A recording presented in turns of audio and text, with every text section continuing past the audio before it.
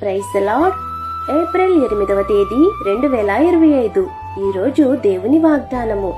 దేవుణ్ణి ప్రేమించు వారికి అనగా ఆయన సంకల్పము చొప్పున పిలువబడిన వారికి మేలు కలుగుటకై సమస్తమును సమకూడి జరుగుచున్నవని ఎరుగుదుము. రోమాపత్రిక 8వ అధ్యాయము 28వ వచనము. దేవుడే మీ జీవితాన్ని నడిపిస్తున్నాడు. మంచి చెడు అనుకునే పరిస్థితులన్నీ దేవుని చిత్తములో ఒక భాగమే. అవకాశాల వెనుక దేవుని సంకల్పం ఉంటుంది. కొన్ని సంఘటనలు నీకు ఇష్టానుసారంగా ఉండకపోయినా ఆఖరికి అవి మీ మంచికే మారతాయి. దేవుణ్ణి ప్రేమించే వారికి, దేవుని మాటకు విధేయత చూపే వారి జీవితాలలో ఈ వాగ్దానము నెరవేరుతుంది. పరిస్థితి ఏదైనా ధైర్యంగా స్వీకరించండి. దేవునిపై నమ్మకముంచండి.